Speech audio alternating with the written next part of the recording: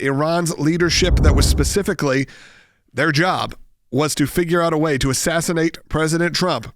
They have also been destroyed. The leader of the unit who attempted to assassinate President Trump has been hunted down and killed. Iran tried to kill President Trump, and President Trump got the last laugh. There was a unit within the IRGC that was given the task of retribution against President Trump, of assassinating President Trump.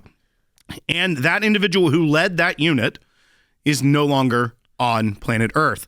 When you think about the scope of what the U.S. military has been able to do alongside of Israel in taking out all of these leadership positions, it takes out individuals who were directly going after the United States of America.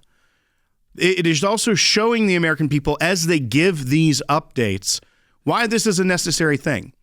There should not be a leader of a unit that's entire goal is to take out the sitting president of the United States, no matter whom that is. Yeah.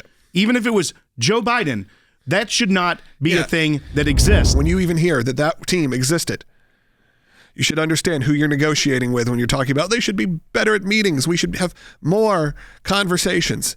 Eventually, there is a line that gets crossed. Now, Pete Hegseth also brought up the apparent, gut reaction that a lot of people have, especially if you're in your, let's say, your mid-30s and up, which is those of us who lived as adults or teens through adults through the initial days of the War on Terror that then led to the initial years, which then led to a long and drawn out and, frankly, an ending that all of us would love to forget, specifically in Afghanistan.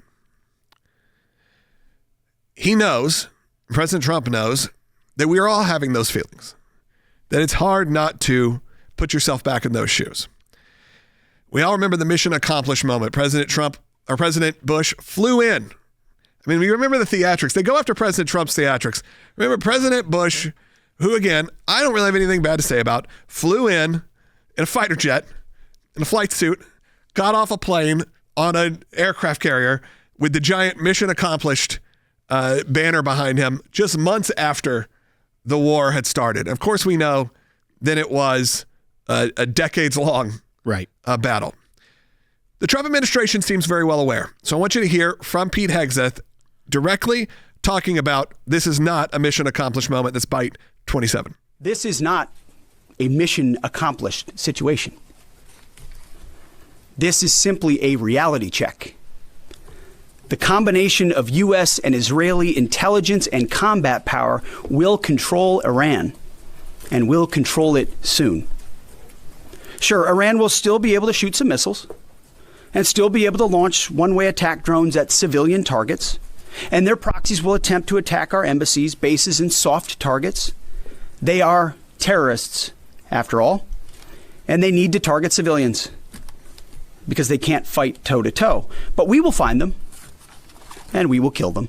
For someone who has taken a lot over the last year for his tone and his energy, I don't think there could be a better person in terms of his tone and energy for moments like this, where you do feel like you need someone who is strong, who has that sort of persona, who has had television experience, to be honest, as well, a broadcaster who can connect the dots and can make you feel safe and comfortable during times of concern.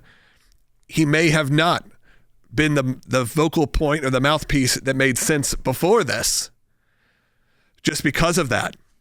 But now that we are essentially in a quote-unquote time or not time of war, I really do want to give him his flowers and say he's doing an excellent job. I think you see the transparency and knowing that he has history in the military through the War on Terror. He understands, as many of us do, the concerns of the American people, the hesitation from the American people on this issue. And I think that is why he is such an effective mouthpiece for the administration and for the Department of War on this, is to show that we hear you.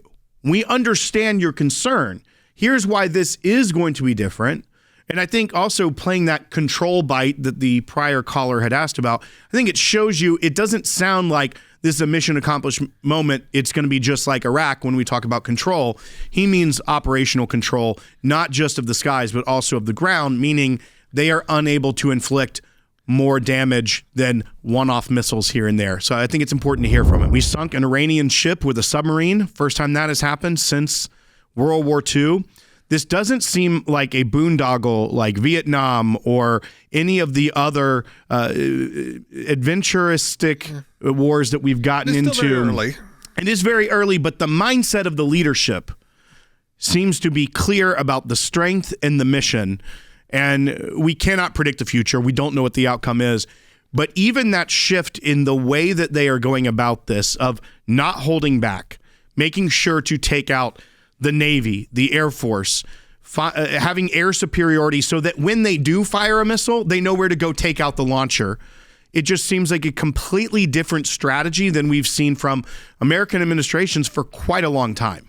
This president is a different president, and there's no question about it. Look, he ran on America first, making America great, and he also ran on not getting involved in foreign entanglements. And yes, many of us are remember with chagrin American adventurism or the notion of regime change, as though this Pollyannish idea that in other places of the world, in other cultures, mini Americas are going to crop up. It's not what's going to happen. No one's expecting that to happen.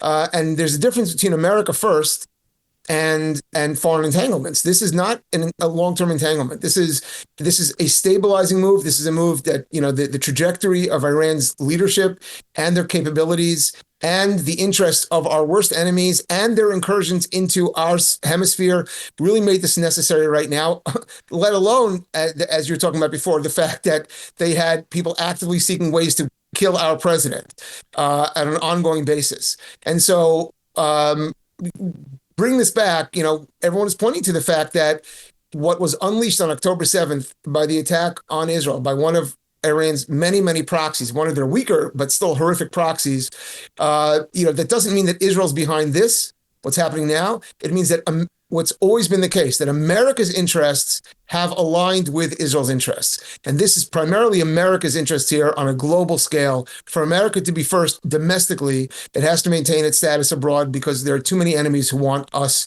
to be not just diminished, but destroyed. It is a different war than going after the Taliban in Afghanistan, where it is nomadic tribes and not as advanced as the government of Iran, even though they were not allowing their people to flourish. They were an established government with established military and special forces and a navy and an air force. And so this is a fighting a nation state, not just a terrorist organization, even though they are terrorist and the largest state sponsor of terrorism. So that in and of itself, being able to accomplish all this with as minimal casualties up at this point is frankly remarkable.